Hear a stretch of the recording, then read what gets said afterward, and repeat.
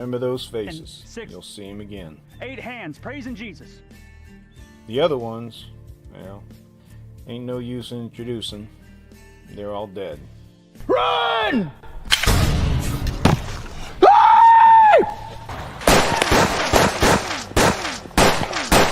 Obadiah, get the saddlebags! I got them! I later discovered the Jones brothers were all wanted men. I figured I might as well get paid for taking my revenge. Man, we still wanted for justice. Poster still on the wall? So I hunted down the ones we didn't kill. Lyman, he sang like a bird. Rufus and Joshua were smuggling contraband down the river. Always to the same spot. I found a nice perch on a bluff above the river where I knew they would eventually be.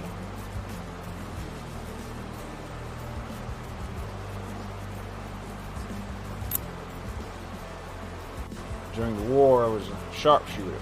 Coyote's Whitworth came in handy.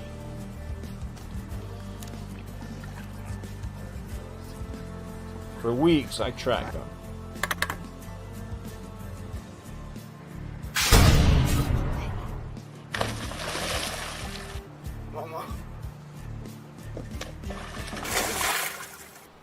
Then I killed them.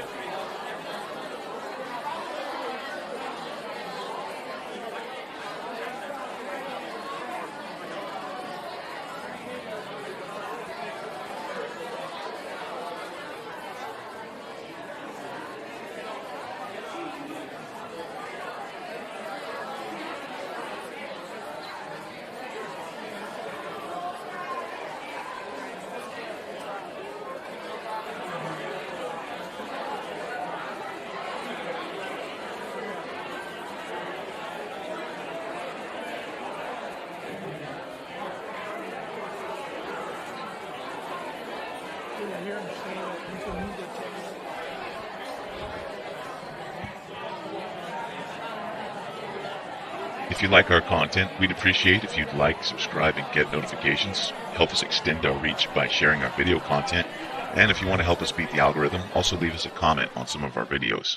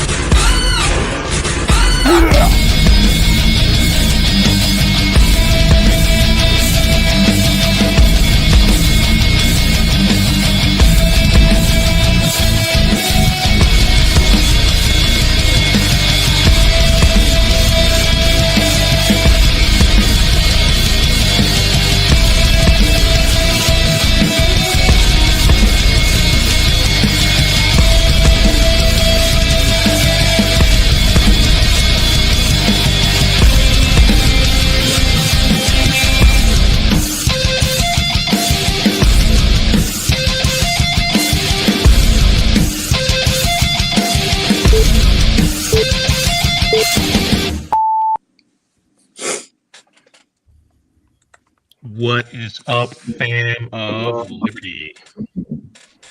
And everybody else who's not part of the family of Liberty, or not yet part of the family of Liberty. I have a very special guest tonight. So I'm going to let the admins briefly introduce themselves, and then I'm going to let our guest introduce themselves as well. Hey y'all, I am Admin V, and I'm here to learn about what Kat's about. So, Doug, your turn, I guess. Good thing I just got to hear that last 2 seconds because my audio wasn't working, but I heard just enough to figure out that we're introducing ourselves now. Hi. Admin Doug here, Bruce Lively, Drill Sergeant as they call me, and I am definitely interested in what Kat has to say, because I have seen the other work, just the straight up, content work that you've done, and was always like, I like that. I like this. Now seeing you step over to the political side, I'm down 100%, and I got a million questions. But yeah, that's me, Joe Sargent. I'm here for everything, to hear it all. Yeah, and you can follow me on Political Drain as well, another channel that I have on YouTube. Hi, nice to meet you. Do I talk now or? If you want. Cool. Yeah. Also, whoever's in charge of the stream, my website now is catforillinois.com, where you can find all of my socials. But yeah, I'm Kat. I am running for Congress in the 9th District of Illinois. I just took an insane nap. I feel like I'm in a different world now, and I'm really excited to be here. What are we talking about? Whatever you want to talk about. Whatever I want to talk about. I mean, that's everything. Like the campaign, my cat, anime. What are we talking about? We can do all of those. Let's start. I'd like to start with the jump, because I want to know, what did it take to go from, or before even what did it take, what was the catalyst that made you go from YouTuber to actually say, you know what, I'm pulling the trigger, I'm jumping in the race for Illinois? Yeah, so and I grew up in Chicago, by the way, so really? It's very close to my heart. Yeah. Amazing. When you're in the area, come Chicago, Skokie, all of that. Okay, cool. Yeah, that's the district. But for those who don't know my background, my name's Kat. I have spent the last 5 years, my career, my education. So I guess 10. Once I get started, I just had the most insane nap. I woke up and was like, need to come here. Let's go back. I'm Kat. I'm running for Congress in Illinois' 9th District. if you have gone to my YouTube channel before or my TikTok or any of my other platforms, you see me ranting about the right a lot. I started my career at Media Matters, watching Fox News and Tucker Carlson, analyzing right-wing narratives, and I started making videos about it to explain it to other people that don't watch Fox News all the time, which love that for them. I got laid off from Media Matters last year after Elon Musk sued us for reporting, and have spent the last year at Mother Jones and Zateo News. Now I am running for office for the Illinois 9th Congressional District. It's really frustrating for people on this beat, this dystopia, anti-misinformation beat, because we have been screaming at a wall. It's like those dreams where you're screaming for someone to help you and no one helps, except we're like, this is gonna happen. Like January 6th, Kamala Harris losing, like basic narratives on both the macro and micro level. And we keep telling Democrats and the opposition how to respond, not just us, but also activists, people of color. Like every single vulnerable community will be telling Democrats how to respond to this. And in my expertise, which is the far right, just like every other community, they don't listen to us. And so I was like, they have to do something. Like they will listen this time. Naive, I know. I'm a former Southern Baptist, Kat. I grew up in the American South. I understand every single member of my family thinks opposite of me. So Yeah. And like I grew up in Texas. I'm a former Republican. My grandmother was GOP operative. And like you and I understand what propaganda does. There are a lot of people that are just like inherently racist, but I think there are a lot more that are inundated with propaganda, and the system is in place for a reason. And they hear it from people that matter to them. They hear it from the pulpit every single Sunday morning. And it might be innocuous that what they're hearing in Sunday school and in and from the pulpit, like I said, but like that innocuous message is basically rugged individuality, pull yourself up by the bootstraps, and everybody else is a taker, and it others people very quickly and very easily. The eye of the needle was actually a gate for some reason, and not the eye of a needle. but if you do any kind of biblical research at all, you find that it was, in fact, an actual needle. And camel can't pass through that. Yeah, exactly. I quoted a lot. I write a lot of the static content for Sons of Liberty, and I quote that particular verse a lot when I'm ranting about religion. Yeah, I mean, it's one of those things. I did this hour-long explainer on white Christian nationalism last year with People for the American Way, and it's like there's nothing better than someone that truly believes in their religion and finds community in it and uses it to help others and finds comfort. But the way that a lot of our leaders try to use it and warp it to hurt us or to alienate us it's hard to watch, and it's hard to watch. Like the Democratic Party strategy right now, or at least its leadership, is to just stand by and hope enough people get hurt by 2026 that they'll vote for them. And I just find that abhorrent. And so, even if they don't vote for you, you shouldn't want to get like normal people get hurt. What the hell? Yeah. And oh, go ahead, Doug. I'm sorry. You talk. I will be quiet. No, you're fine. You're fine. Was that the catalyst? Was that what said, okay, I'm no longer a journalist. I want to be the one that they're talking about in journalism, right? Is that what the catalyst was right there? Yeah, that's pretty much it. Like, I wish that there was a sexy single moment I could point to, but not really. I mean, I contacted Sam, who is now my campaign manager, on February 3rd. We put this campaign together in under 50 days. And it's I don't like waiting around for someone to do something if I'm not sure they'll ever do it, or if that person even exists. And I think a lot of us, including myself, you find comfort in this idea that like someone's going to swoop in. There's like some Deus Ex Machina moment, but we don't live in a movie, and we are what we've got. So I'm just trying to, as corny as it is, like be the change I want to see. And it's going well so far. And that's wonderful. Now also, I'm going to be honest. Chicago has a bad rep. I know it's not true because I have friends who live in Chicago. But how are you going to fight that particular narrative? Obviously, you don't have to because you're running locally. But yeah, on a national level, how do you fight that narrative against the Republicans? Oh, I mean, I keep telling people, so like, I'm not from Chicago originally, and if you look up my race on certain forums, you'll see people calling me a carpetbagger, which is very fun to me. That's fun.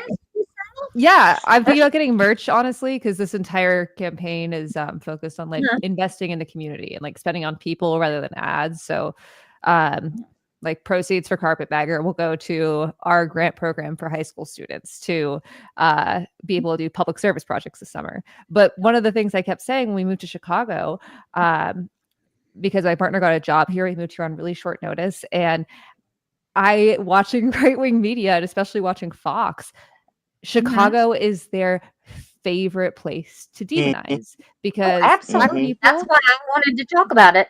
Yes, exactly. It's like Black people, cities, ooh, scary. Your city's big, scary.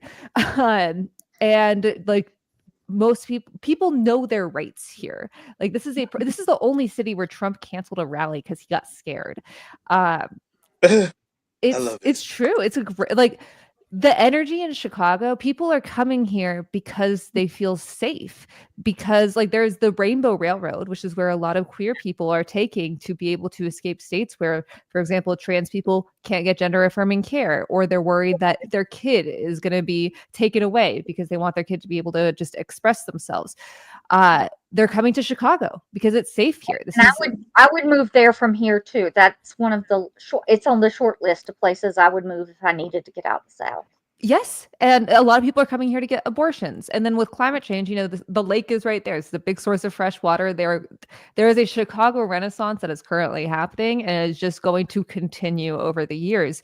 And it pisses the right off so much. They know they can't get a foothold in here because it's usually like on the forefront of every large movement. It's on the forefront of protecting its people. It's on the forefront of mutual aid and direct action and all of these things that we use to resist like bad actors in power. And your governor is very spicy with his words against Trump there. Yeah, absolutely. And he's like, you got to go through me first. And I think that's the energy we should be bringing, instead of Democrats saying, like, well, I don't know, maybe we can work with Elon Musk. No, he is a sociopath. He is a man that is ruining the country. You can't do it. There is no compromise. He has no interest in that. And so, yeah, I have no interest in trying to engage or react to Republicans shit talking this city, but I will go to bat for it every single time, because guess what? This place, I can afford to live here. This place has people that are willing to stand up to ICE, that are willing to stand up for their neighbor. This is a place that has community in a country that has been built over the last decades to separate us. And that's why it pisses the far right off so much. I love hearing it because that's so important for everybody to know out there that Chicago's awesome. It is. So also they have really good food in Chicago. That's one thing I want to say. So let's talk about your journey to how you got here, because you specifically said that you started out with you've got a Palestinian dad and a mother who was Southern Baptist. Let's talk a little bit about that. Tell us about your journey to get here. Yeah, so my mother's Texan, but was just kind of like secular Protestant. But yeah, my dad is a Palestinian immigrant. They met in Texas, and I came in 1999. Yeah, great childhood. I grew up Republican. I was a huge nerd, read a ton of books, loved books. Can't stress enough how much I was reading. And we moved to Tucson, Arizona, like halfway through high school. And that's when I saw poverty for the first time. And it flipped this switch where I was like, oh, so poor people can't just save money. And it's hard to like square that you're thinking these kind of awful things and have to like reevaluate your positions and what's true and what's not true. And my mom, my dad, and I all went on that journey together. I'm so proud of them for it's a lot harder for an adult to do that than a kid. And as a kid, it was hard. But then Trump came on the scene and all of us were like, we do not fuck with this man. And so that's how I kind of got here, and then just started reading more and being like, oh, so Ronald Reagan isn't great. Oh, okay. And like going through Fuck history. Ronald Reagan. Huh? You said fuck Ronald Reagan. Yeah, fuck Ronald Reagan. And you can quote me on that official campaign stance. So your parents also had a shift to the left as well. Yeah, it was good because we didn't grow up like Christian nationalists. My parents were they made a huge effort to not impose religion on us. And I, by myself, became religious. And I still like find comfort. Sorry, I need to sneeze so bad, but it's just not coming. Found comfort in it because I went to like a Catholic school and we had a really nice priest. But we grew up like secular. My parents really wanted to make sure that they were like Reagan Republican type vibes, which is not as like moderate as I thought it was when I was a kid, but definitely I wasn't saddled with like the sexist Christian nationalism that a lot of my neighbors were in Texas. Yeah. Shout out to my parents. Yeah, I was going to say one thing you can do to stop a sneeze, and this was taught to me by my dad, and I swear to God it works, is press very firmly under your nose with your index finger, and it makes the need to sneeze to go away a little bit. Good to know. Oh yeah, someone in the comments said, and Henry Kissinger while we're at it.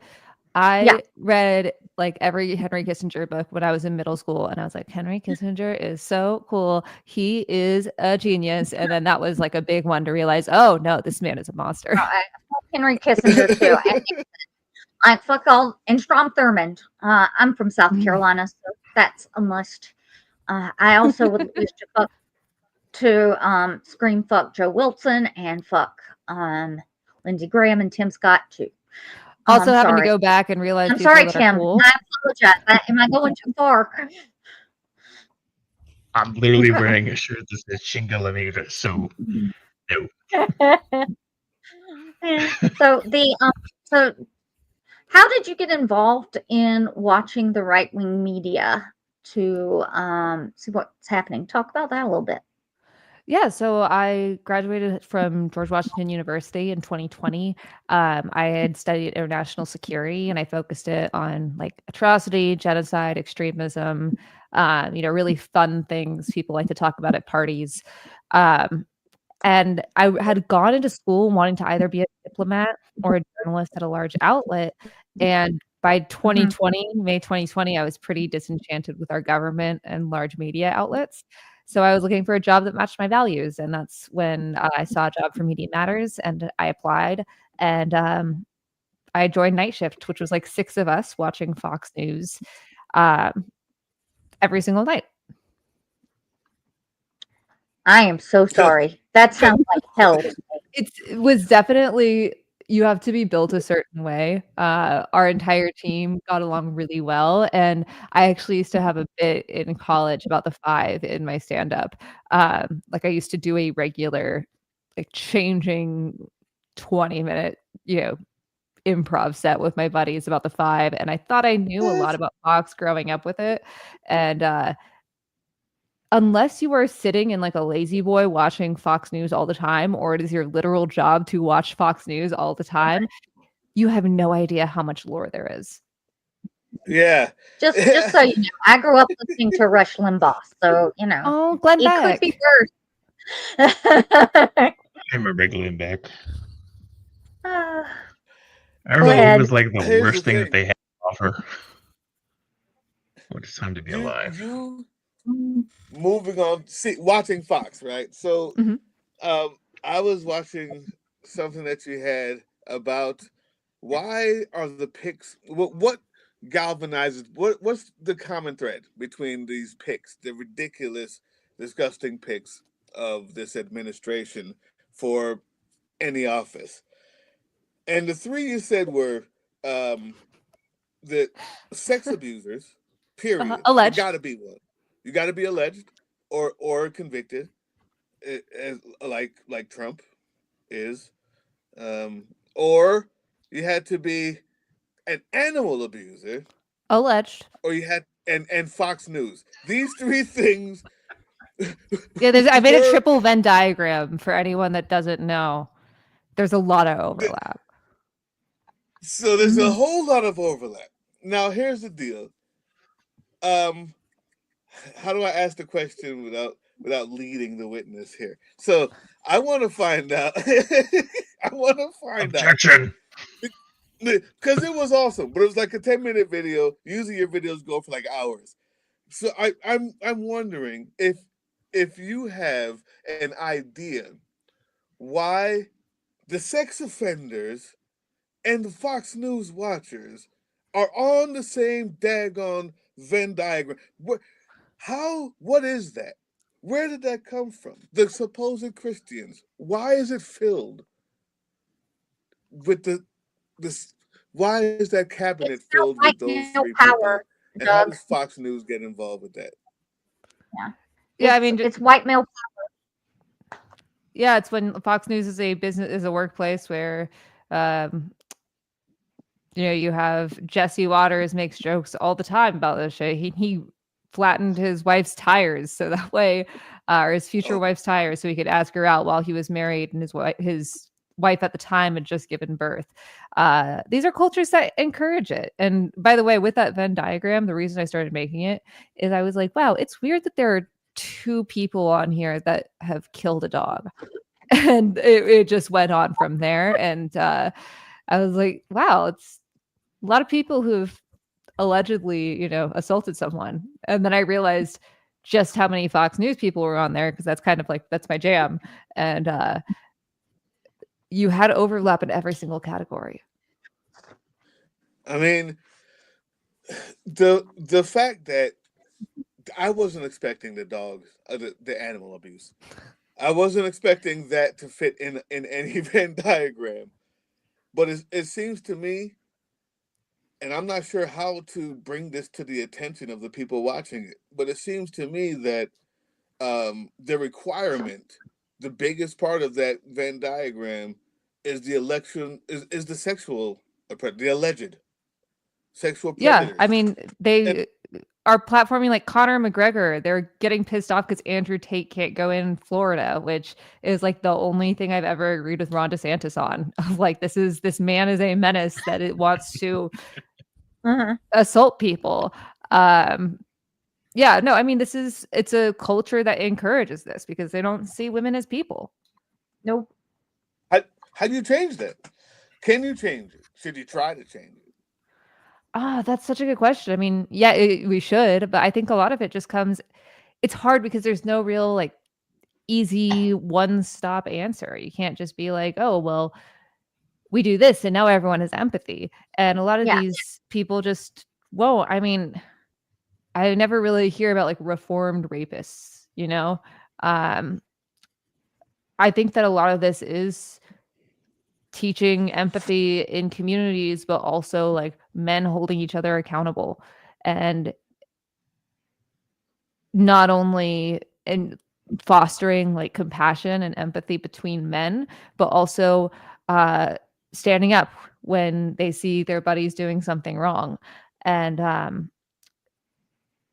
it's just like we have all this social alienation and it becomes so easy to other people. And misogyny is a gateway to extremism.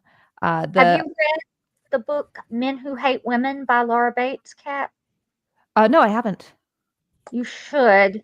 And I'm going to tell you, Admin Doug and Admin Tim, y'all absolutely need to read it too.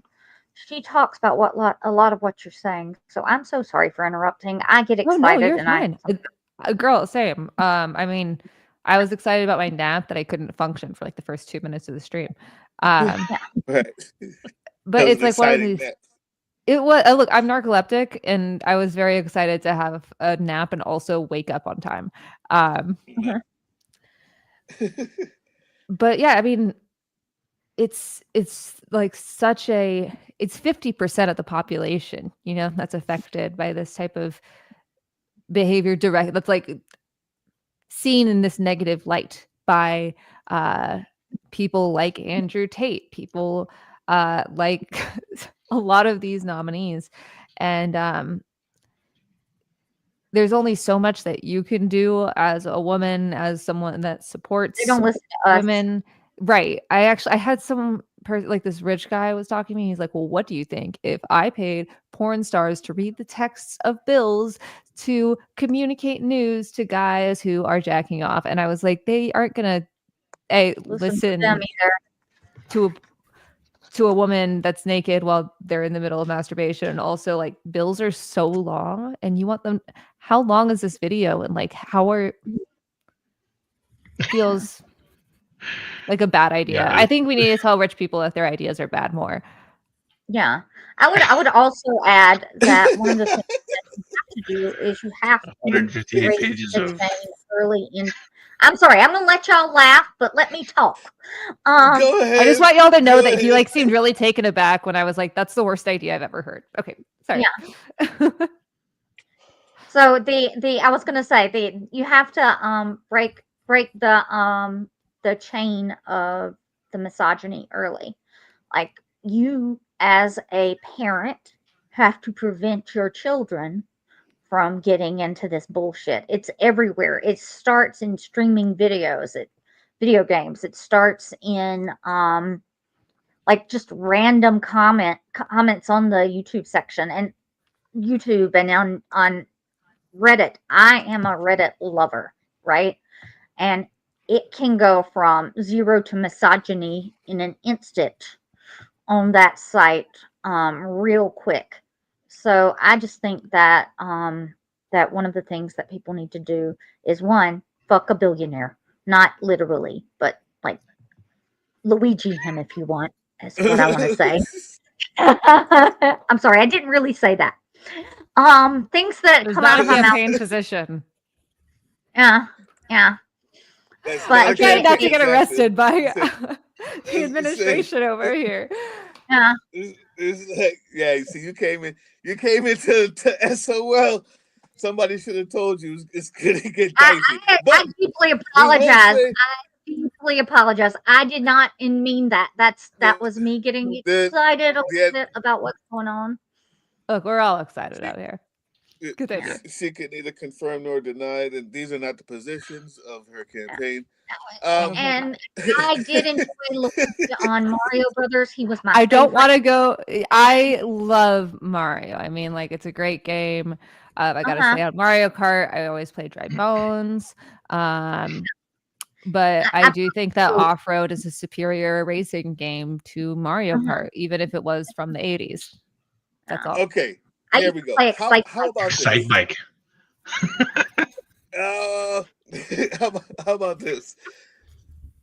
When I was living in Chicago and then Evanston, and then back on the line, the line where Chicago meets Evanston. While I was there, the Cook County Police Department is the most ridiculously corrupt, unbelievable, disgusting police department, only because I've never lived in LA. Now,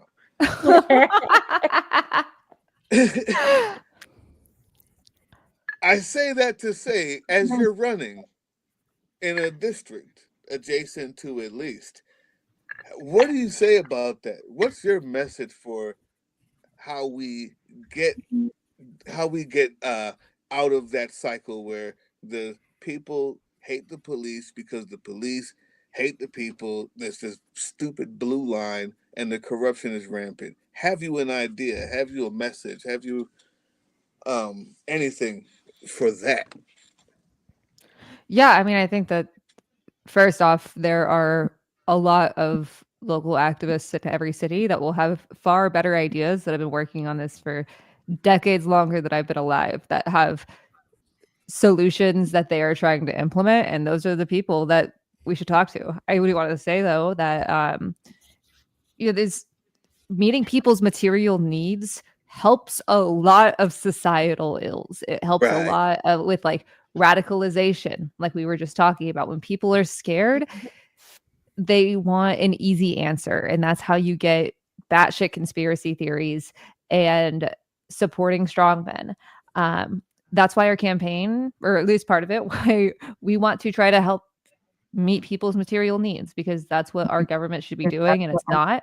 And so we're trying to turn, like the $400,000 we've raised so far into a public good. But yeah, I mean, listening to the experts on this, which are the community activists, especially in Black and brown communities in our biggest cities with these huge police budgets, of what would be best to implement, rather than just throwing money at a department that often harms its citizens. And often, like in DC, for example, if you want to, or at least when I lived there, if you want to file an anti-stalking order, you have to find someone to serve it for you, because the cops won't do it, or they say they might. They have 24 hours to do it, but you have to check in with them to see if they've done it. And then when they don't do it, you have to find someone to serve that order for you. Ask me how I know. It's wild that my tax What? dollars were paying for that. That's strange. I've never heard that. Yeah, I had to get a friend to serve an anti-stalking order to a man that came into my workplace and put his arm around my neck. And I had to like tell a friend in good conscience, be like, can you please do this? Because like I can't, because also that would be illegal, because it's an order that says you have to stay this far away from me. And that these are like common procedures when it comes to the things that police should be doing, like helping in instances of like domestic violence and stalking, and trying to help people rather than enforce laws that often exist to keep certain populations down. I like the idea of talking with these community organizers, especially in Chicago and the surrounding area. Like, isn't Chicago doing where it. they started like WIC and rec programs and stuff like that? Like, isn't that who well, started that? I think that was Oakland, but Chicago had. So the same people who were Panthers ended up Yeah, becoming exactly. gang, right? Right. So Uh-huh. that like the WIC program I think was Oakland, but Chicago did have what were called Peace Stones, like Red Stones and Peace Stones, who ended up becoming vice lords and all. So there's a whole like gang culture that was first there to be community organizers, Yeah. and then turned into like a self-defense force, and then just turned into what we now know as gangs. So I'm not excusing them, but I have a relationship with many of them, and yeah, like when it comes to talking to the people or getting a dialogue between police and organizers is something that they tried to do. I remember like in the 90s. I'm not sure if it worked, but it just sounds like a much better idea than starting from scratch. If you really want to build that bridge between enforcement and the people, no one's ever said let's start with the organizers, for the people who are already doing it. So I like that. I mean, that's ridiculous. You might be shocked, because I don't know everything in the world, and so I don't. I'm done. I'm done. And so, like, for our issues platform, we want to make it, as we develop it, like one of the most comprehensive, if not the most comprehensive in the country. And we're expanding our current issues as well as adding some, and talking with as many local experts on these issues, on housing, on law enforcement, on healthcare, local needs here, so that way we have the most knowledgeable voices helping dictate this policy or what we would like to see as this policy, because that makes a lot more sense than just being like, I know everything. Me, Kat Abughazaleh. That's just not true.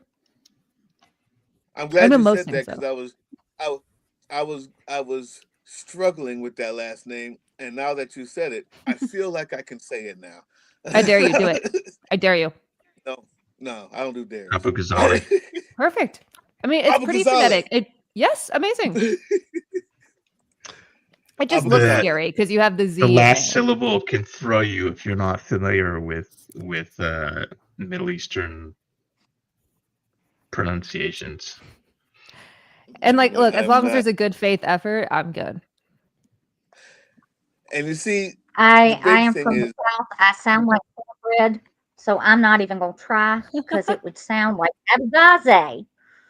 And I mean, like Abughazaleh. I've gone on camera and like deliberately fucked up somebody's name as a sign of like my disrespect for that person, like where I'll alter the name or something. So when we were talking with Kat about coming on this show, I was like, how do I pronounce your last name? Because I have an idea, but I don't want to get it wrong.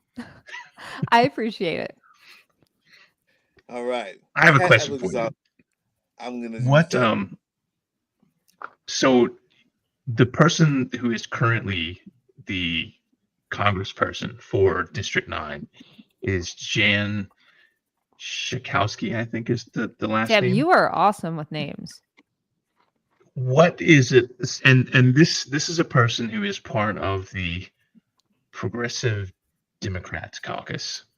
So in theory, you're primarying someone who is on our side, and I use that very, very loosely. So I want to get your take on what is it about Jan Schakowsky that you believe would be better served by somebody more progressive and or younger, whatever the case may be.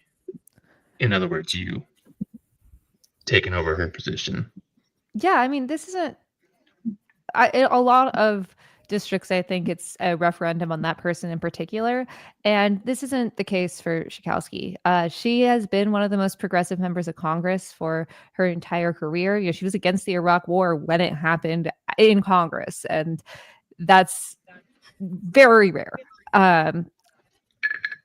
You know, she is older. She's 80, and there hasn't been a competitive primary in this district since she first won in 1998, which was 5 months before I was born.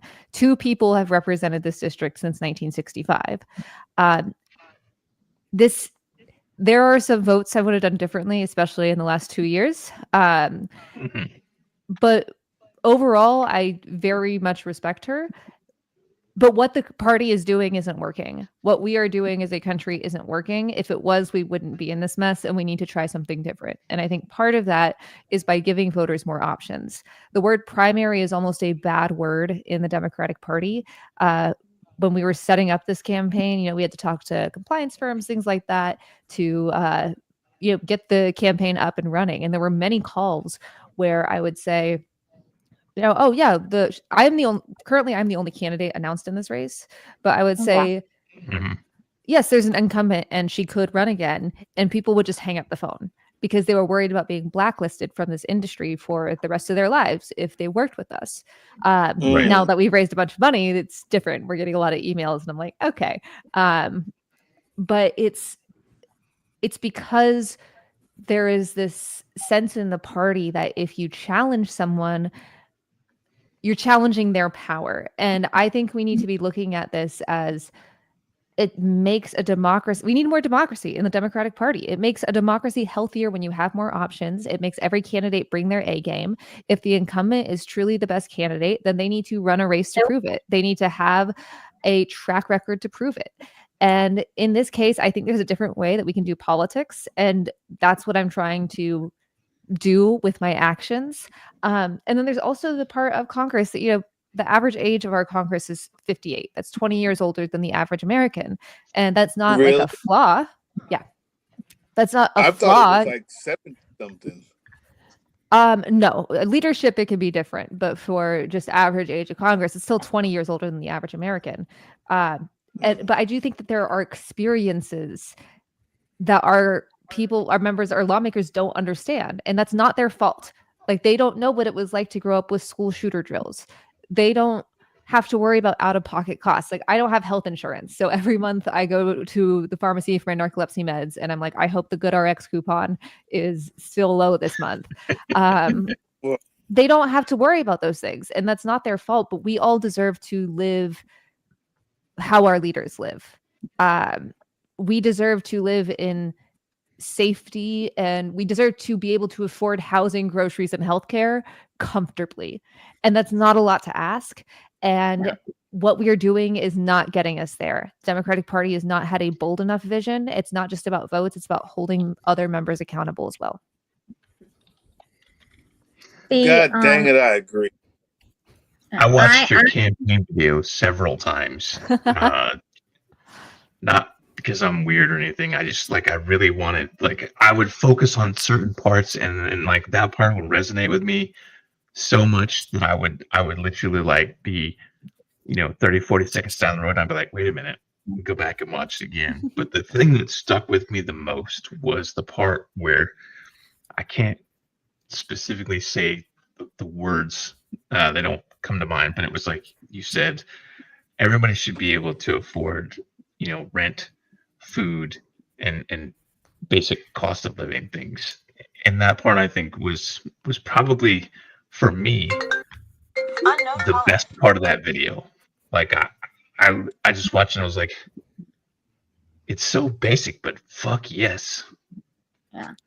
And it's we call it in my issues platform, it's just basic existence. And thank you, it's my favorite part of the video too, because it's we argue about all these things and how we're going to do them, and the bipartisanship, the politics, the history, all this stuff. And it's like, just let's step back for a second and realize that the baseline is every single person on the screen, in the comments, in the country should be able to afford rent, groceries, and healthcare, and still have enough money to save and to go to the movies or take your kids to the zoo. That should be the baseline, and we can build from there. And I think that we've gotten so in the weeds and so beholden to corporations that we just kind of forget that. So I'm just trying to really cut through the bullshit and bringing it down to that very simple idea that is super radical and woke. Let's afford to live, not have to DoorDash a burrito or put it on layaway. Put it on layaway. I'm 20 years older than you, Kat. So I have watched, I like to use this example, and it's only gotten worse. Like college, my freshman year of college was 1996 to 1997, right? And my brother's last year of college was in 2002, right? So that's 6-year period. And my entire year of college in 1996 to 1997 was around $8,000, right? That includes room and board, that includes food, that includes books, that includes tuition, right? It was twice that just for tuition for a semester when my brother graduated in 2000. That's maybe not. It's the same college. We both went to Clemson. We both graduated from Clemson. And it was $8,000 for the tuition for the semester and $16,000 just for tuition for the year in that 6-year time frame. And it's done nothing but go up, obviously. And so that's why people have student debt. And talking to older people, it's hard to get them to understand that because they didn't grow up during that. And I was fortunate. I had a good scholarship that paid for a lot of what I did, but my parents and my other older Gen Xers like me, older Gen Xers than me, don't get it. So how do we talk to old people and tell them, make them understand that life is not what it used to be? Well, Do you have any? unfortunately, a lot of them are learning it in real time as Social Security gets cut, as their 401ks get wiped out. Mhm. I don't like that they're learning this way. I don't think it's a good thing. Uh, what I try to do is when I'm talking to someone one-on-one, and this has really helped in de-radicalization efforts, is asking, okay, what would you do in this situation if you had to do this thing and this thing? How would you feel? Democratic method. Exactly. Um, Yeah.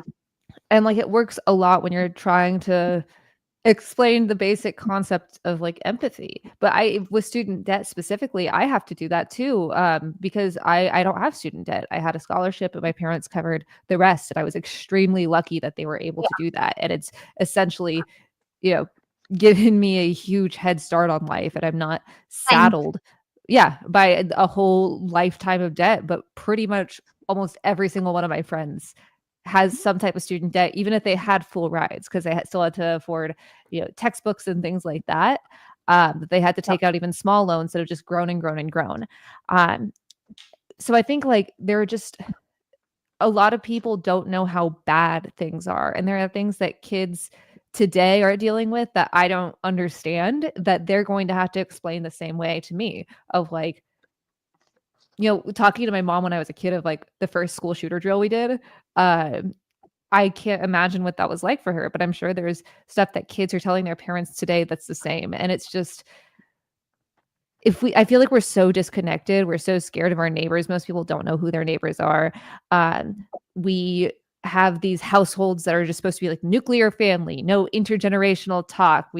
Everything's stranger danger. There's like a whole sub economy on the internet that's just talking about how someone's going to abduct you. And I think what that's done is really made these experiences insular. And that's one of the reasons that older people don't know it, not just the aspect of they haven't experienced it and it's a new thing, but they don't hear about it. And vice versa. There are like things about ageism that my mom, as she's gotten older, has been talking to me about that I never even considered, because all but one of my grandparents are dead. I don't, or until recently, like the last few years, like in college, I didn't talk to older people except for my professors. And it's just, sorry, now I'm going to like this whole thing about the Go ahead. disparateness of our country, but it's, No, I'm listening because yeah, obviously, I'm going to tell you, as an older woman, you become invisible. yeah, And I will tell you that, like, you have to deliberately take up space. You have to say, fuck you, I'm here. And I do swear a lot, don't I? so do I. But you need to take up space, and it's hard being an older woman because a lot of the opportunities and things that you would have gotten when you were younger on a career basis or whatever go away. And I am not quite too old yet. I am middle-aged solidly. But the fact is that, like, ageism is a real thing, just like anything else. Right. A lot of boomers, and I see y'all in the comments. Don't worry, I didn't mean anything by it when I said that how do we talk to boomers? I'm talking about the other people, okay? Not you. I'm talking But it's about okay Not once all again to boomers. admit that you don't know. You don't know everything. I mean, I don't, and yeah. it's with Uh-huh. like my mom's going through this right now, trying to find some jobs and stuff as she's older. Like she loves teaching, and it's hard to find teaching jobs, even though she has all these certifications to teach English as a second language, especially abroad. But there are um, like assumptions that are made. It's really frustrating. And like for someone that she was very active in the community, did tons of volunteer work and stuff like that. But she decided she stayed home and took care of my brother and I, and while also maintaining our house and lifting up community organizations. But that type of labor isn't valued by our current society. And it's a shame, because now a ton of women are in this position as they get older where they want to do something else, but just this incredibly valuable labor and effort that they put into their families and their communities just isn't valued under capitalism. That's why one of our policies is I want stay-at-home parents to get income in addition to full Social Security benefits. This shouldn't be. Sorry. I was going to say that Kamala, when she came to Columbia in 2017 or 18, she had introduced a bill into the Senate that sort of allowed that, like parents would get income, sort of like what do they call it? Like the income that they get in other countries. There's an actual name for it. This is the other part of getting old. You forget where. Personal basic income. But it's like an income that that you just, it would be. And thank you. Look like I have gone away. Am I back? There you are. Yes, you talking about universal basic income? That's the one. I thank you so much, guys. I appreciate it. But like it was essentially that for parents, and it was a tax rebate, because one of the things she talked about in the speech that I heard that night, and I got a great picture with her standing behind me. Was how parents and people are $400 away from a disaster. Yeah. They cannot handle an extra $400 bill. Yeah. The vast majority of Americans are in that boat. I mean, right now, my strategy is I got my GoodRx coupons, and then I just hope I never have an emergency. My cat has insurance, and I don't. Oh, wow. So your everything that you've been talking about goes towards this, for the way that it seems that your campaign is structured is, how can we help people first, right? Every issue is about what I think is what used to be called kitchen table issues, right? How people are affected by the policies going on.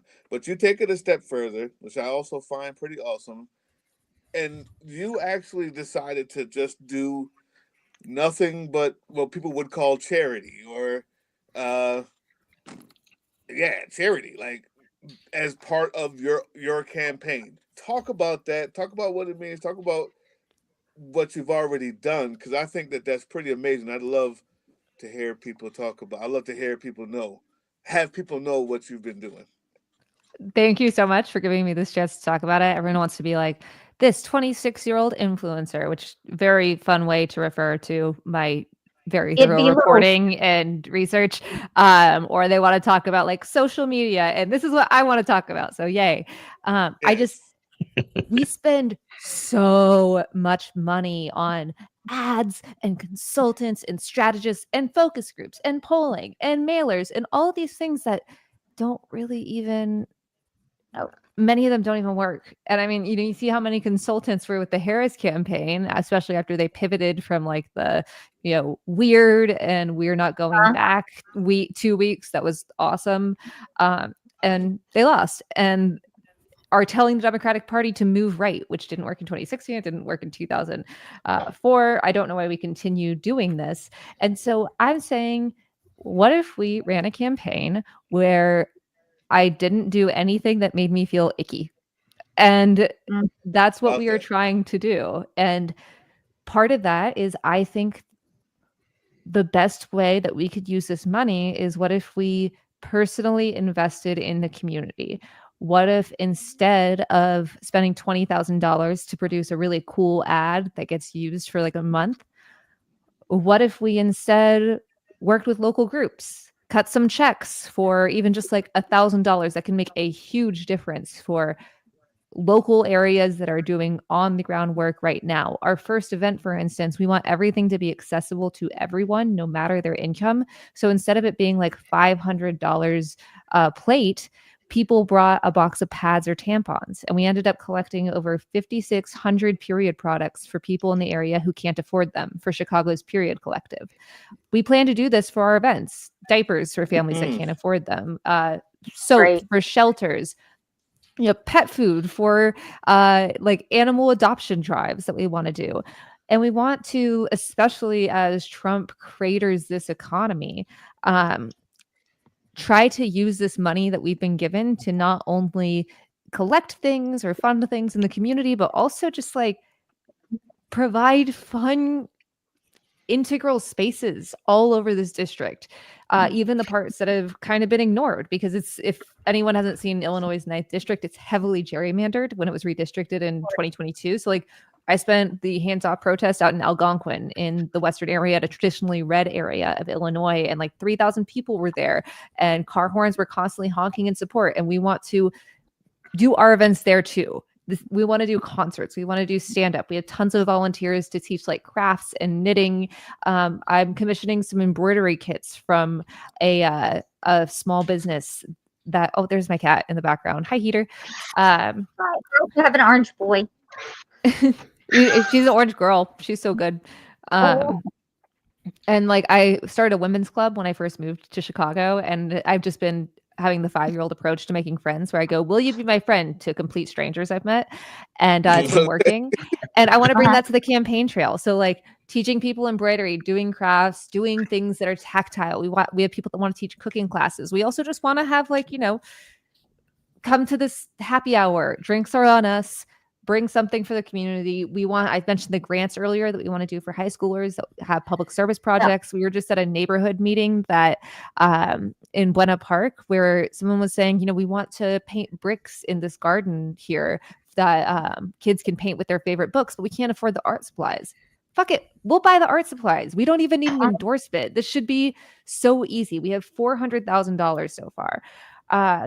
We want to do beach cleanups. Like I have office hours, and as the weather gets better, we're going to do office hours outside. You can just come with me, pick up trash. These are just like very basic things that you can do on a tangible level that also, if we're being cynical, like show you're talking to voters, like it's a good photo op, whatever you have to do. And by you, I mean like the general political establishment. Yeah. If you have to see this in a cynical light to do it, then be cynical. Be like, this is basically, you know, this is how we reach people. This is how they're going to see us. This is going to look really good for the candidate. But it's just a good thing to do. It's good electoral strategy, but it's the moral thing to do. And it's really great because win or lose, your money doesn't get wasted. And if everyone adopted this, we could be pouring millions of dollars into our communities and essentially force candidates to out altruism each other, as well as uplifting local organizations rather than these national ones that often a lot of their money is spent on their staff or their, you know, advertising and stuff like that. The mutual aid groups that are on the ground really, really need support. And this is an industry with a lot of money to spend. Yeah, Thank you for letting me rant. I'm currently doing I'm the crafter of the group. I crochet, and I'm currently making a junk journal while I'm sitting here. Hell yes. I would love to come and participate in the crochet. Oh my God. Absolutely. I've been trying to learn how to crochet. I'm struggling, but if you want to volunteer to teach, absolutely come to Chicago. You mentioned, you said you wanted to have like a concert and some comedy. I might know a couple of comedians. Amazing. Yeah, I actually we have one show that's planned because I have a stand-up background, and I have like a 40-minute set that's just about Michael Flynn's Blood and Cum website that I paid to be on. And I was like the only person on there. So we're going to get some local people to open and then use it as like a fundraiser by live streaming. It's going to be fun. Yeah. I made comedian Cliff Cash has been on our show a couple of times. Awesome. And I am trying to get Brent Terhune. I don't know if you know who he is, but he lives up in Indiana. I think he's a couple hours away from Chicago, but he has this, he used to do these, he still does them. He started doing them again because Trump got reelected, but he has this character, it's like an alpha male character where he is sitting in a vehicle, so he looks like he's in a truck, and he does like these truck rants. Oh, yeah. This guy, people fall for that shit in the comments section. It's hilarious because they're like, you must be just a drive-by because this guy is very obviously a liberal. Right. I love when he did like a Tesla thing, and it was just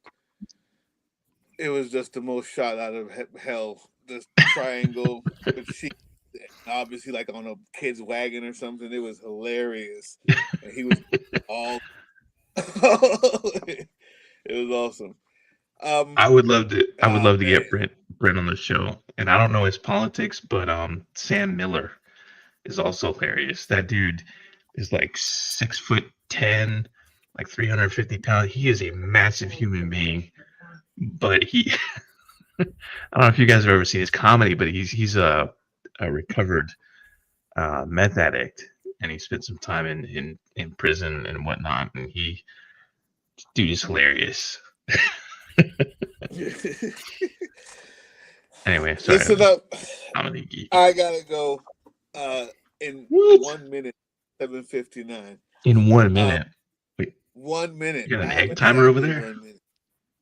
Yeah. No, I don't. But I'm looking at my clock.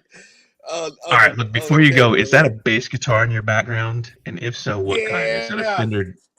Is that a Fender P bass? It is Japanese knockoff. Hell I've been yeah. looking at that like the last 7 streams, wondering. From 1970, Japanese knockoff. This is the real deal. This is the one that you were going to get if you had any actual funk in your body. You would get this one. Look how light it is, bro. Oh wow. Look at that. Cool. Bass guitar was my first instrument when I was like Yeah, so 7. this I is play the one. piano. Sadly. I play piano. So I'm a music teacher, Kat, by the way. So that's really what That's all sick. of this is about. Drums, piano, and I do not teach guitar because I don't know it well enough to teach it in my mind. That was my pandemic yeah. hobby, was learning guitar. Oh, really? Yeah. That's what's up. Okay. You got to give us some songs. I know what's good. You got to give us some songs. Oh no, Rage I Against just the wanted Sons I of just wanted Liberty. to learn how to play silly little chords so I could sing my silly little songs in my silly little room to my silly little cat. See, now we're gonna have to guys. We're gonna have to listen to one of these songs. Kat. Jams of What's Liberty. going on? What's happening? This is Come on this now. is an It elaborate this is looks an good. elaborate ploy to get y'all to listen to me play guitar really badly. I do have to hop off Yes. though. Can I plug Mhm. the campaign one last time? Yeah, Absolutely. of course. Yes, please. Well, first off, thank you for having me, and thank you for having Heater, who is in the background. If y'all want to donate to the campaign, your money or your time, we are a grassroots funded campaign. We have over 11,000 contributions, raised over $400,000. Our average contribution is just like $33. So if you got $33 or even $5, even $1, you can go to catforillinois.com. That's cat with a K. And that helps us bring actual change and support to the community. Your money will be used on cleanup equipment, those grants I talked about, working with people to get supplies and support that they need. And while we're at it, we'll win an election. You can also, on my website, there's links to all of my socials. I make videos. I'm still planning on doing the content I've been doing, explainers about the right. And also, that's my cat, and her name is Heater. I just don't want her to be ignored because she'll never let me hear the end of it. Hi. Thank you so much for having me, y'all. All right. Thank you for coming Somebody on the show. asked, "Can we donate to Heater specifically?" Actually, weirdly, yes. I have a Patreon because I felt weird about having a Patreon without providing extra content, but didn't have time for them. So I don't have an income right now except my Patreon, which is $1 a month. And every day I post a new picture of Heater. So you can go to patreon.com/catemaboo if you're interested in paying $1 for my cat, or more if you so choose, but no pressure. Awesome. All right. Thank you so much. Thank you Thanks, so much. y'all. Bye. Thank you, Kat. So Tim, Yeah, can man. can we talk a little bit about the campaign we're doing for Indiegogo? Let's talk about that a little bit. I know. The Civil War thing. Yeah. let's talk about the Civil War. Let's talk about the Civil War. I could talk about that for hours. Please don't let me. I promise. All right. Well, what would you like to talk about with the campaign? Okay, so I want to talk about some of the videos that we're gonna do. So let's talk about like visiting where Harriet Tubman led a raid and became the first Black woman officer, essentially, in the U.S. Army. So that raid took place in South Carolina. It was the Combahee Ferry, which is. I'm gonna leave, guys. Okay. Thank you so much. All right. Well, look. Before you go, if we get this campaign done, this Civil War thing, I'm gonna be in the Atlanta area, right? Because I'm definitely going back to Cheatham Hill, so I could stand at the top of that hill where that monument is and look down that hill and be like, imagine hundreds of thousands of dudes, thousands of dudes running up that hill under fire. Yeah. And I want you to come to the field with me. And then I'm gonna take you to my favorite pub, Johnny McCracken's on Marietta Square. And then we're gonna jam. You play whatever you want. My man. Just all bring three drums. I need. One of those for me. We got this. I got you. It's gonna be awesome. In fact, that's gonna be a stretch goal. Jam session with Doug and Tim. I like it. I got cameras everywhere. We can record it. Just cut a daggone album. That's gonna be our second stretch goal. I already picked out the first one. All right, Doug. Yeah, all right, I'm Doug. on with that. Thanks for coming. I'm 100% down with it. All right, peace. Peace out. So, I, Admin V, love history, so I'm very excited about this, and I want it to happen. So please, donate to the Indiegogo campaign so Tim can come to South Carolina and we can visit where Harriet Tubman led a raid and freed something like 600 slaves. And I think we're going to do 750. I think it was roughly. Yeah. I think it was an estimate. Yeah, and I think we're going to go to a plantation in near Charleston, right? Down here. I have many things that I want to do. So right now we are at almost $8,500 funded out of 30,000. Yeah. The last time that we tried this, we raised a whopping like $1,500, which is not a lot in terms of video production. And a lot of people they think, oh, it can't be that expensive. All right, so you watch my little shitty videos on YouTube, and it's literally like me with a cell phone camera, and maybe some color correction, depending on how bad the light is, and that's about it. And that's something that I can do whilst I am working from home. So it's not, a big thing. But if you want professional audio, professional camera, picture quality and things like that, it's going to cost you a little bit. So with $8,500 or $8,415, whatever, maybe squeeze out 3 episodes, maybe. So, even if we don't hit our target this time around, I can still do a couple of episodes. So it's definitely going to happen. It's just, if we're going to hit all 12 episodes, maybe not. All right. So you asked about the Combahee Ferry raid. Yeah, let's talk about that a little bit. I know a little bit, so I can be conversant at least on this subject. So Harriet Tubman, essentially, she didn't lead the raid per se. She was kind of like the scout, sort of. Yeah. She led a force of 150 black soldiers from a South Carolina volunteer infantry regiment, which essentially means they weren't technically like Union Army. They were Union Army, but not really. There were two separate kinds of troops in those days. You had basically volunteer, sort of like militia, and they could basically wear whatever the hell they wanted. Some militia units were literally just guys wearing whatever, and then others were funded by some, reasonably wealthy officer, white guy who was elected or appointed himself head of the unit, and invariably that person would buy uniforms. So you had some real wild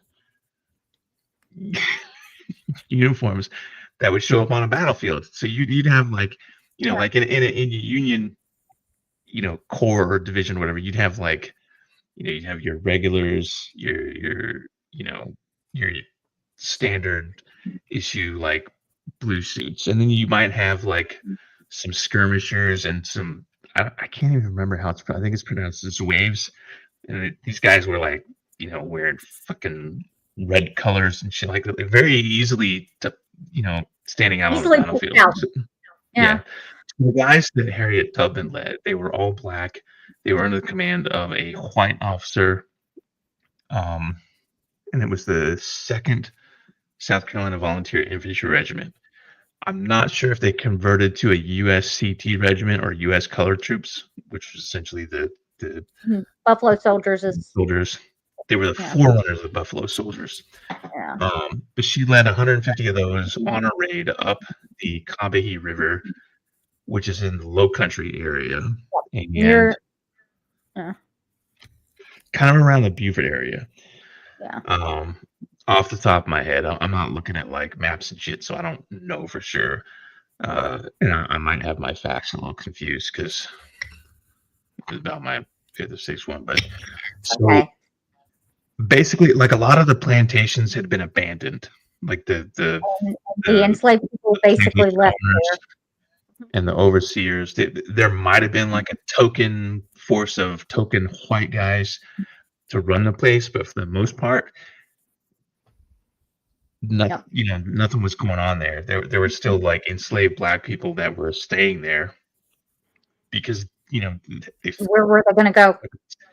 Terrified to leave. Like, you have no idea what's going to happen at the end of the war. You have no idea, who's going to win. You have no idea whether your white masters are going to come back or not. So they basically just stayed in place. So she rolled up in these places with, these uniformed black troops and was like, hey, you're free. You can follow us, help us out. You can go do whatever, but go forth and, enjoy your life or whatever. Yeah. And it was a massive, massive publicity boost, but it's very rarely talked about. Like when people think about Harriet Tubman, they think about the Underground Railroad, and that's it. Or maybe they heard the story about Harriet Tubman, like sequestered in a barn with a bunch of liberated quote unquote contraband. Contraband was the term that was used. Called it contraband camps. Yep. Right. Applied towards liberated enslaved black people. That's what they called them, was contraband. I don't know why. It's just what they were called. Property, and contraband is property that has been stolen, essentially, and that's sick and gross and everything like that. So one of the stories. I know a lot about South Carolina history, so that's a passion of mine. One of the first stories that I heard about Harriet Tubman was she was basically like cutthroat, ruthless, and to underscore that point, we were taught about like an incident where they were at risk of being discovered, and she had like a whole group of people with her, and a baby was crying, and Harriet Tubman essentially like pulled out a revolver and told the mother, like, you need to quiet that baby or I'm going to permanently quiet that baby. And I don't know, it sounds like, an apocryphal story that's been embellished a lot, because realistically, if you think about it, if I have a gun, there's a crying baby, and I shoot the crying baby, you're going to hear the gun. Things are going to happen. Number one, you're going to hear the gun go off, but also number two, you're probably going to hear like screaming people, as well as a very. There's a lot of quiet ways to kill a baby. I hate to say it. I've watched MASH. The God, last I episode. hope Libs of TikTok is watching right now. These liberals are talking about killing live babies. Yeah, I'm a terrible Fucking person, so clowns. I shouldn't say things out loud, but like I do because I know a lot of history and I'm into true crime, and I think we might be getting a kitten here shortly. But there's a MASH episode at the end, and it causes Hawkeye to go crazy, where a mom basically I remember that episode. That tells episode her fucked me child up. to keep it quiet. Mm-hmm. Yep. That was one of the Um, first instances of sitcoms exploring PTSD in Yep. people who are actively serving. Yeah, it's the MASH MASH was ahead is of its a time. well done show, and my parents Absolutely. love it, and I don't understand how they love it and are still conservative because, quite frankly, MASH radicalized me. Right?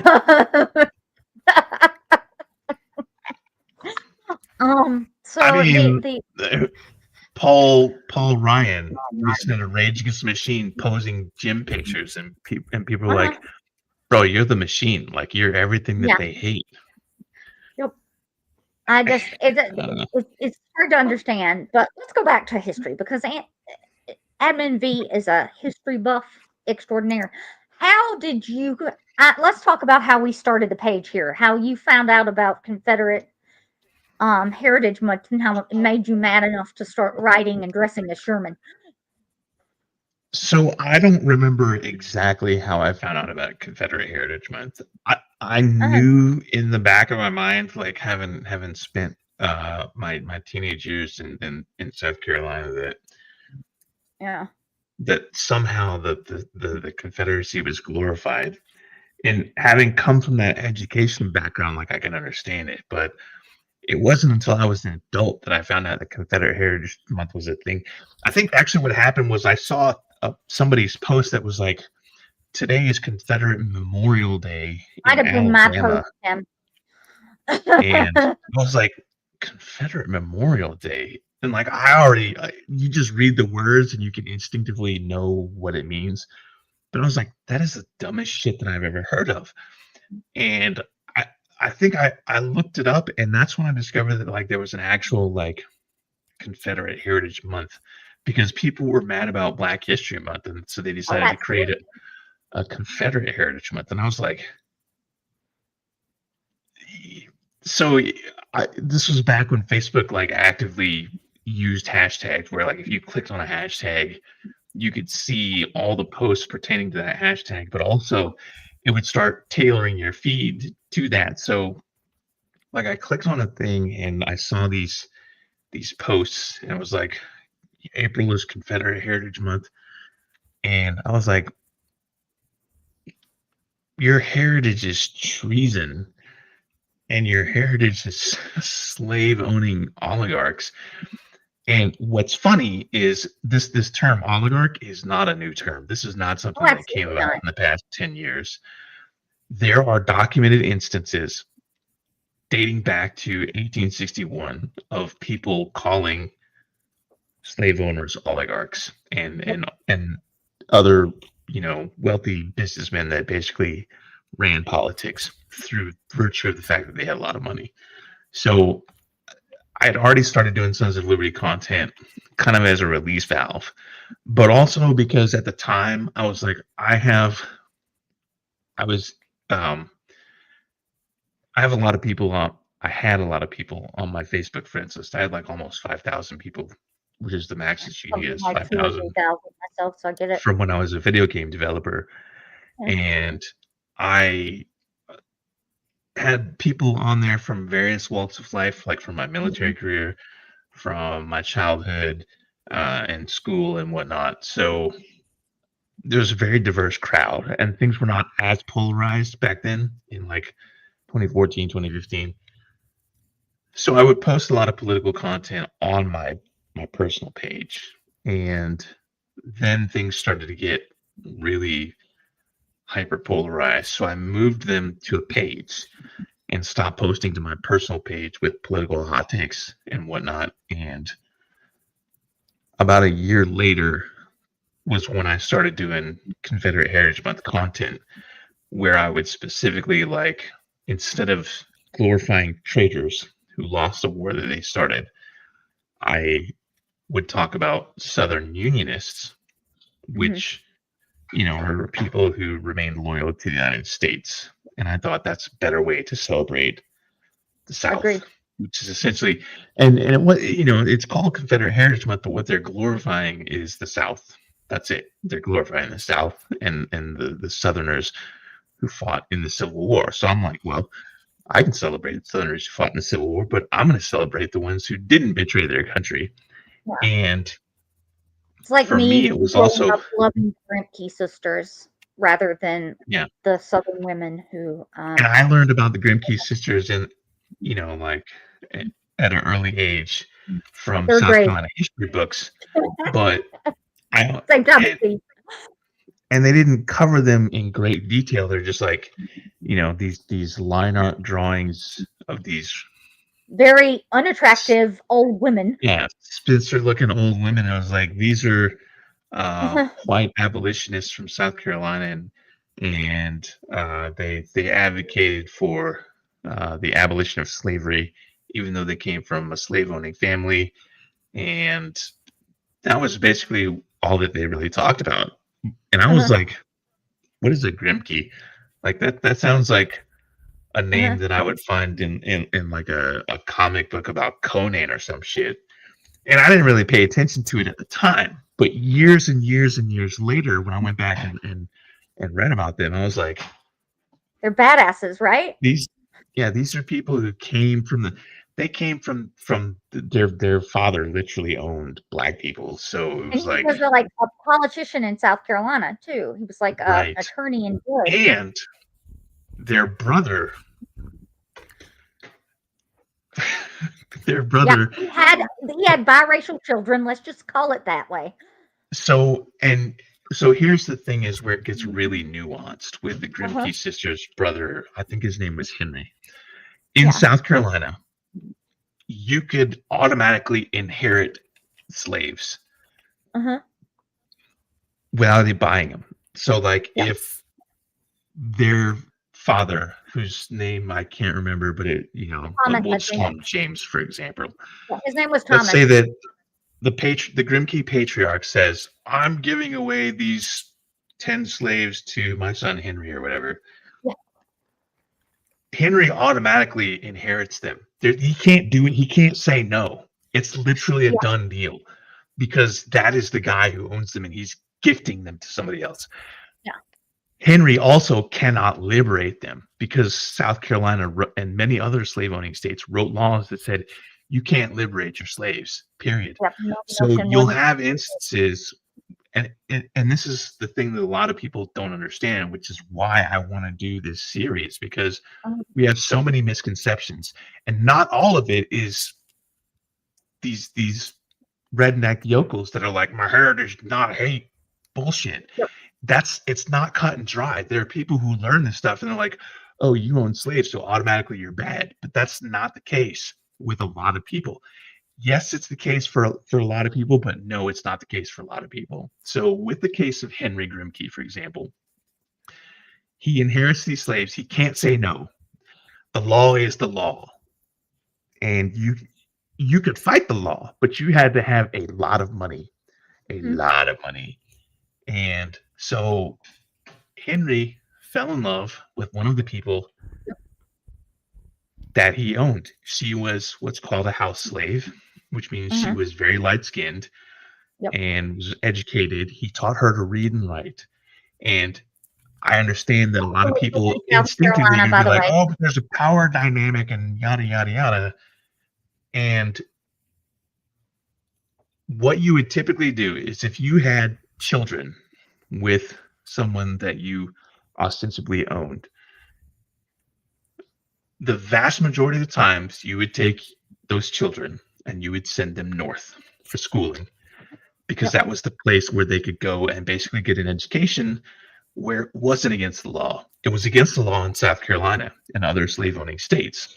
So what you would also do is you would take the mother of those children and you would also go north and you would go basically like have that person educated and live as, you know, husband and wife if you had an actual relationship with that person.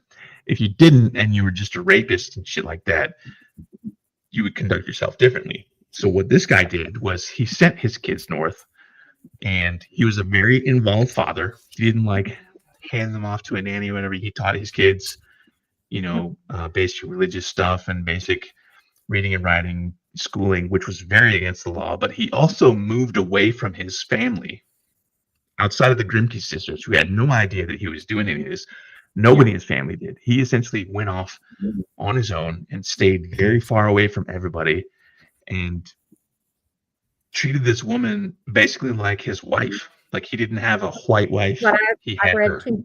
Mhm. And he had his kids, and he sent the kids, and he took her, and they went north, and they you know, lived like a regular family, as regular as one could be, and that was it.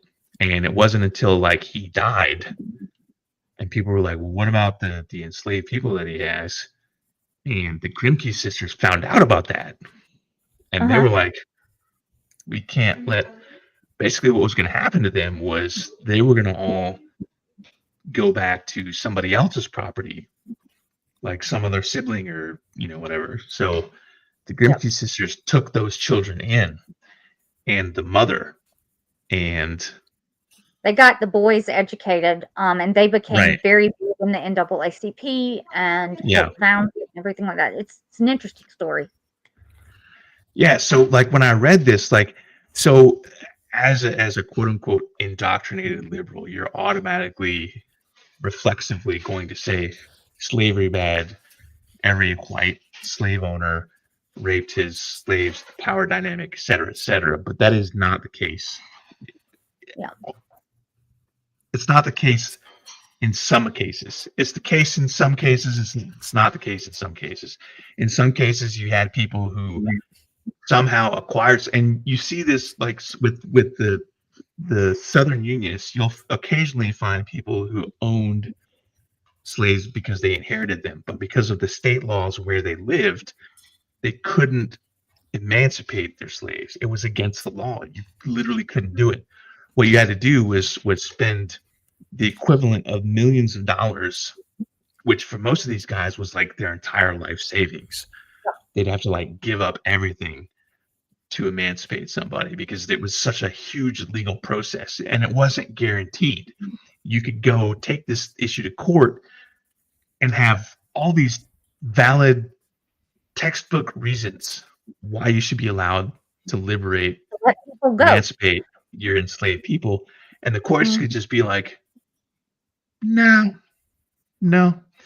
So rather than waste time with that, a lot of people would just, not a lot of people, but some slave owners would inherit these enslaved people, and they're like, you know what, I can't liberate you because I'm forbidden by law, and I don't have the money to do it, but I can move you to Philadelphia or New York City, and on the you know, you represent my estate there. And they would buy like a shitty house and be like, now I own property there. And then you put these people, you put them up there, and you have them going to school and everything, and that's it. Yeah. And then when you die, Nobody inherits. Nobody inherits them. So yeah, that's how they gamed the system in some cases. So a lot of abolitionists would look at this and be like, we need to encourage this more. But through the eyes of today, with our very black and white, you know, it's either this or it's that, you know, a very binary system, a lot of people don't know these things. They just instinctively say, oh, this guy had kids with a black woman, he must have raped her. And no, you know, maybe these, in whatever warped, I wasn't alive back then. This was like 160, 170 years ago. So who the fuck even knows? But a lot of these people wrote letters and wrote books, and there are very many accounts from people who were educated, formerly enslaved people who were either emancipated at the end of the war or somehow gained their manumission papers that also left accounts of this, and some of them have been erased from history. Yep. Specifically because they spoke out. They're like, this is a terrible system. But other people were also erased because it didn't fit the narrative that abolitionists wanted. So there's pro and cons to both sides of the abolition argument. And that is why, one of the reasons why I started this crowdfunding campaign, because there's so many myths and legends and lies. And it's not just lies about like, oh, the war was about slavery, because yes, it fucking was. And we know it is because the documents, like it's in the secession it's not just the documents, though. Yes, there is that, but there are also like people of the time knew that this shit was bad and it was wrong, because there are instances. There was an instance of a white commander of U.S. colored troops who, before he walked his men onto the battlefield, they're all formed up and they're ready to go, and he goes out and he does this fucking raise a sword, riding his horse officer speech where he's like, my freedom or whatever, fucking Braveheart bullshit, the stereotypical officer speech. But what he said to those guys was, these people that you're about to fight, they don't just want to subjugate you. They want to subjugate you, the women that you love, and the kids that you have, and put them all back into slavery. And that is the shit that he said to them in like 1862. So even in 1862, these fucking people knew what it was that they were fighting against. It wasn't some magical bullshit that we made up after the fact. Where we're like, oh, the war was technically about slavery. And yeah, there were people who fought at that point in time who fought because they're just living on a piece of land, and somebody comes by and is like, hey, the fucking Yankees are invading and shit, let's go fight them off. And they're like, hell yeah, brother, let's go. And then there were people who were like, I make millions of dollars from this institution and my whole way of life is going to go away, so I better fucking whip up the people and have them get angry about shit. And there were people who were just like, I'm gonna go fight because I like to fucking fight. It's fucking war, y'all. And we saw this shit when 9/11 happened. There are people joining the military who was like, I'm gonna join so I can go kill Arabs and shit. It's the same fucking mentality over and over again. But ultimately, a whole ass country trying to create itself so that they could continue to own black people. And so that not only that, but so that they could also, like, anytime, because there was a whole swath, a whole half of the country that hadn't technically become states yet. And they knew that the more states that joined, they needed to have slave owning states joining the union. And that was another reason. So slavery. And like I said, for me, the awakening, as we talked about, was in fact the Grimke sisters when I was 8 years old. My dad likes to say you can't judge people by your modern standards, but you absolutely can, because I'm not judging them by modern standards. I'm judging them by the standards of their time, and there were people at the time who knew it was wrong. Mm-hmm. Yep. And absolutely. that's where I go with it. And I've been writing a bunch of history posts and stuff on Sons of Liberty too. I don't do videos because I cannot read my script and and film at the same time. So but I love to talk about it. Like, I think the history after the war is just as interesting as the Civil War. And maybe one of these days we should, if this crowdfunding thing goes well, we should tell the story of redemption and Jim Crow and how we lost the South after the Civil War in the 1870s as well. Oh yeah.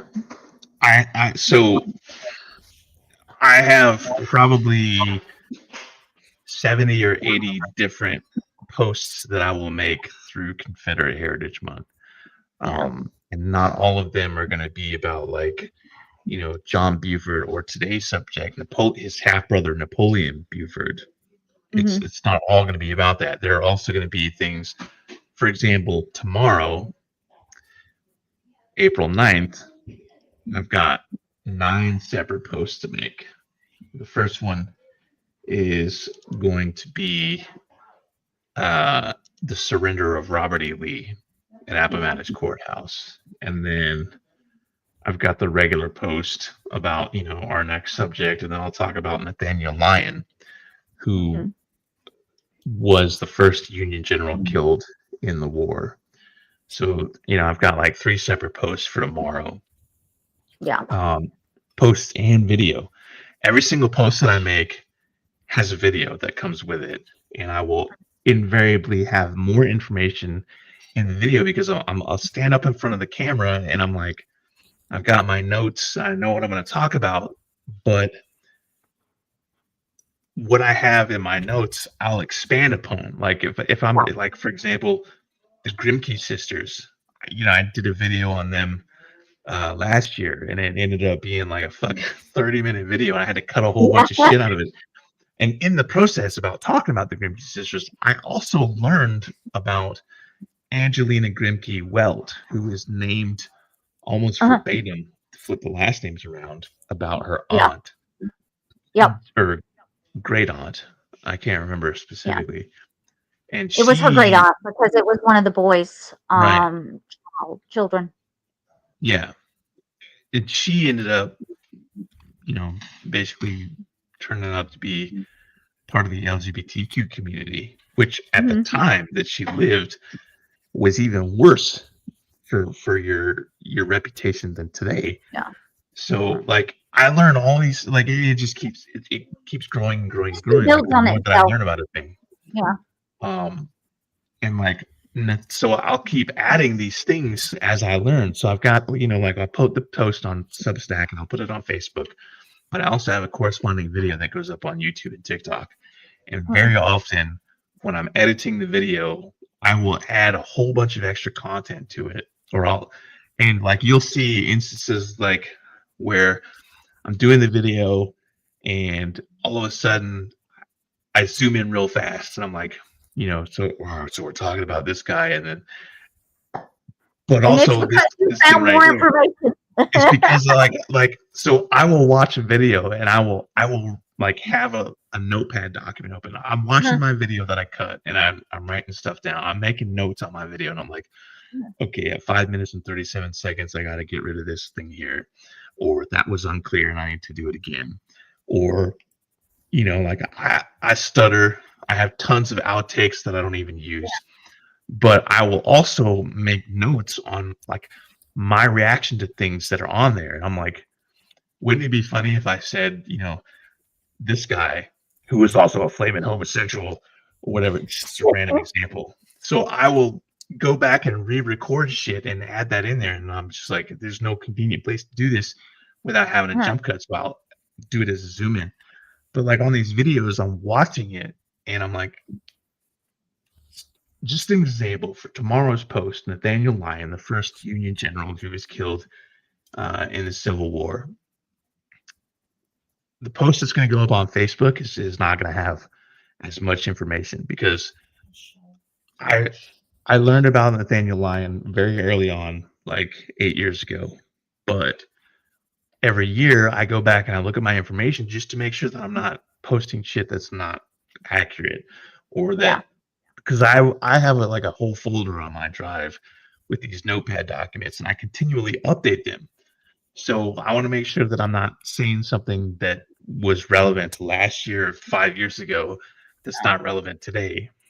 And I'm reading about this instance with Nathaniel Lyon, and I'm like, he was the commander of an arsenal in Missouri, which, if you know anything about the Civil War, Missouri was like one of those states. It was a territory where it was a dangerous place. Very violent, very violent. You had, secessionist-minded people, slavery-minded people, and abolitionist-minded people, and pro-union people, and they fucking fought like siblings with guns and knives and shit. It was very bloody.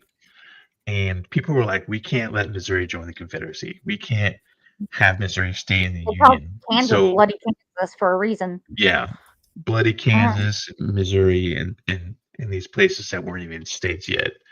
Yeah. So I'm reading about this incident with Nathaniel Lyon, where Nathaniel Lyon is credited with keeping Missouri out of the Confederacy.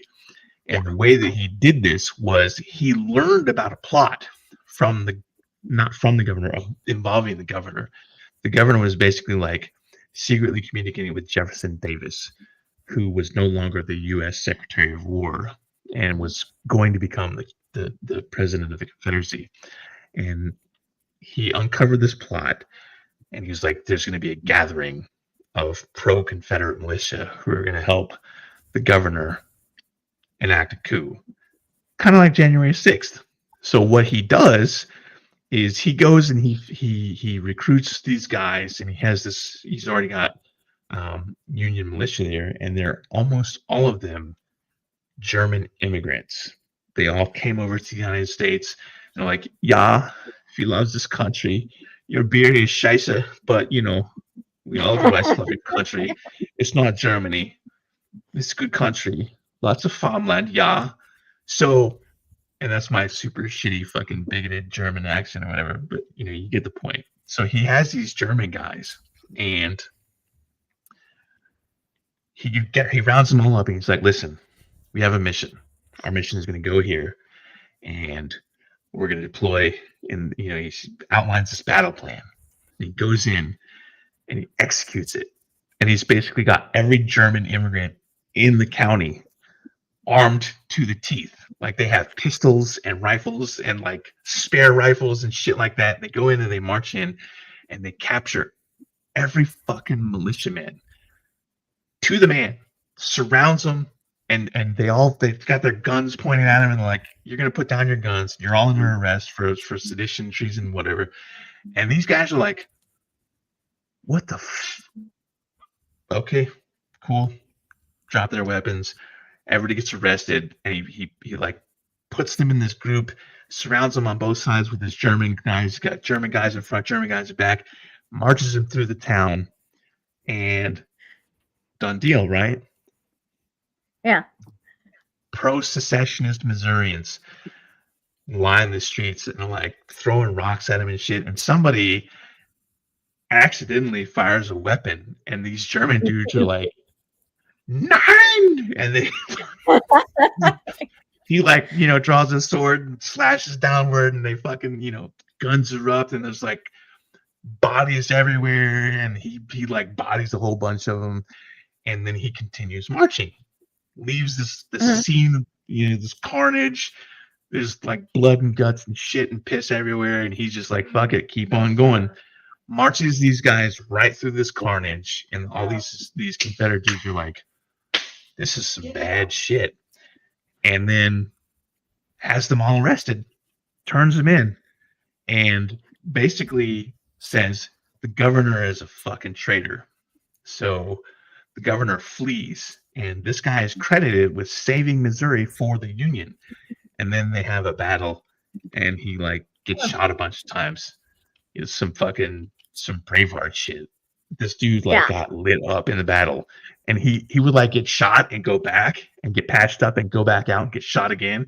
His horse gets shut out from under him, so he wanders back to his lines. It's like, you give me your horse. Gets back on the horse and then gets shot through the heart and shit. But at the same time, stopped Missouri from being kicked out of the Union. But he was also a Native American genocide participant, so he's not a saint. He just happens to not be a traitor. Have you read anything about Free State of Jones, Tim? Yeah, and I also watched the movie with Matthew McConaughey. Matthew McConaughey, yeah. I love that one because that one tells the complicated. Cooler if you weren't a secessionist. All right. Smoke weed and play bongo drums. Fuck traitors. It's a good movie. It's what I'm saying to y'all out there. It's a decent movie. It's a good tale. Yeah, but the fact that it's true is what gets me every time. Like, these people went into a swamp and did it. But like, if you think about it, that's also what happened up here in Richland County, South Carolina. Hopkins and a lot of those areas down there, people lived in the swamps down there as runaway slaves. So they were quote unquote contraband. And look at what I got. Look, this is OJ. OJ, Orange Boy. Yeah. So he is adorable, and he is thing. So anyway, I'm sorry, not as many people got to see OJ as I'd hoped, but there he goes. He is a mess. But yeah, like the fact is, there were contraband encampments all over the South. Like, because people would flee into the woods, and that would be, we do not step on the computer, OJ. Flee into the woods and hide and live their lives out there. And the that's how the Melungeons came to be up in the Appalachians. Thank y'all for the compliments on the kitty. The He's blue new. skin I've had him a eagle week and a is half. wild. So, all right, I'm gonna tell you, I probably have to go because I do need to sleep before tomorrow. But I love talking history with you, Tim. It's one of my favorite things to do. And if we can, I hope that folks will donate to our Indiegogo campaign so that we can tell more of these stories in video form. And again, I am sure everyone's distracted by the cat. But yeah, so let's go ahead and end the live, I think. But I hope everybody out there has learned something. And he's a cuddly boy for sure.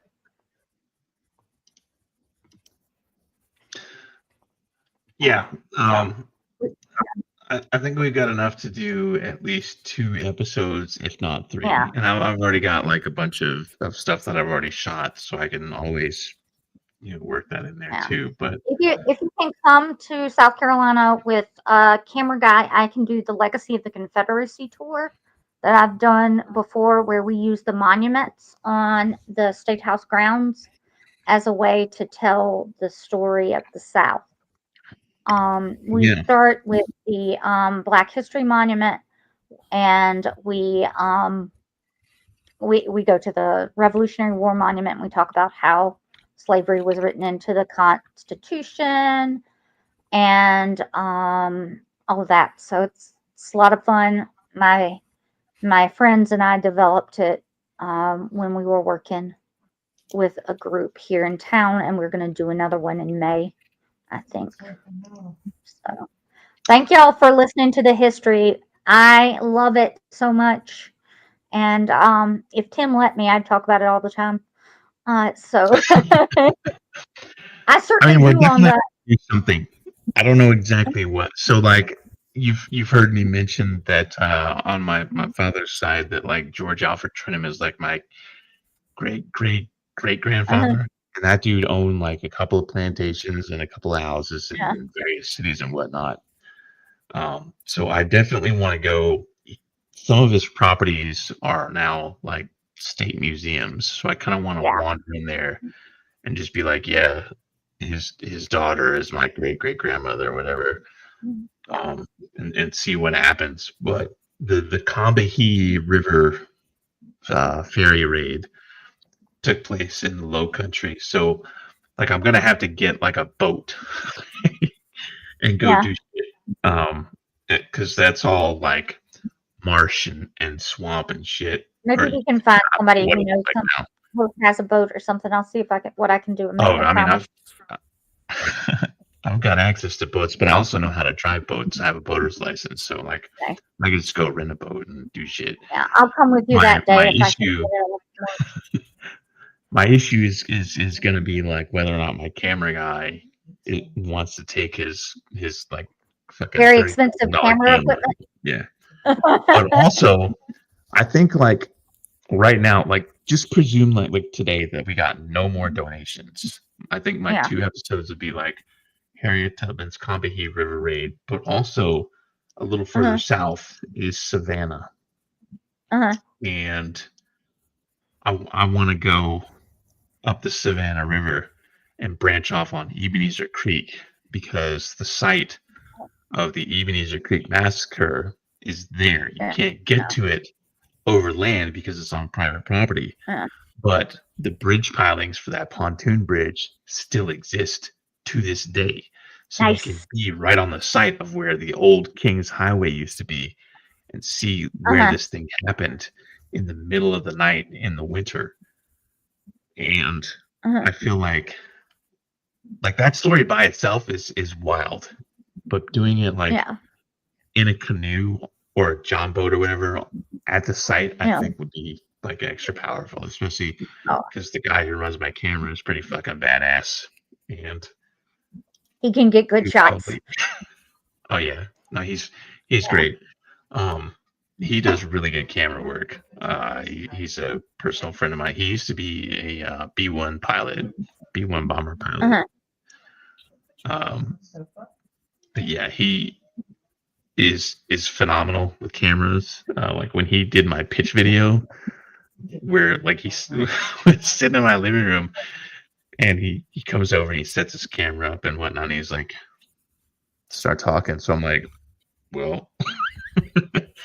And he gave me the video files, and I'm looking at him like, this looks really fucking tight, bro. This is not my usual like vertically oriented YouTube shit. Yeah. Yeah. All right. Which is only really vertically oriented for TikTok.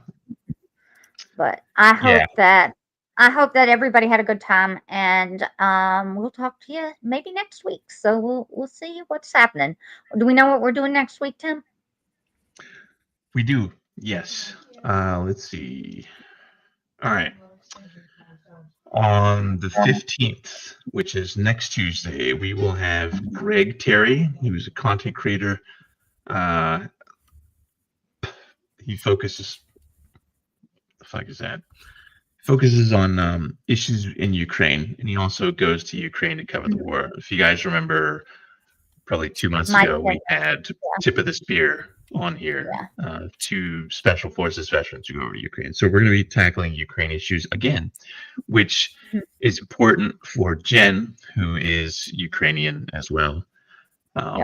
And for that fucking Glenn or Greg dude who got in our comments and showing his whole ass talking about that with Palestine, fuck off. So Greg Terry will be our next guest on the 15th, and then after that, the week after that, the 22nd, Angry Ginger. He is another content creator. He covers current events and focuses. Is it Jolly? Is he known as Jolly Good Ginger in other places? No, different person. Ginger. Gotcha. So okay. I'm the bearded ginger veteran. Yeah. I'm the Scottish ginger. This is the angry ginger. Nice. And then Jolly Good Ginger is a completely different person. But we'll be talking about far right extremism and MAGA cultists and things like that. So next two streams after that. All right. So I will talk to y'all later. I'm gonna leave the studio now. Bye Tim. Right. Bye gang. Bye Vicky. I thought I would leave the studio, but OJ had other ideas. So all right, bye now. Thanks everyone for tuning in. That's our stream for today. I'm gonna go ahead and end the stream and go make another of these bad boys. Make another Big Sarge. Appreciate everybody tuning in. Have a good evening.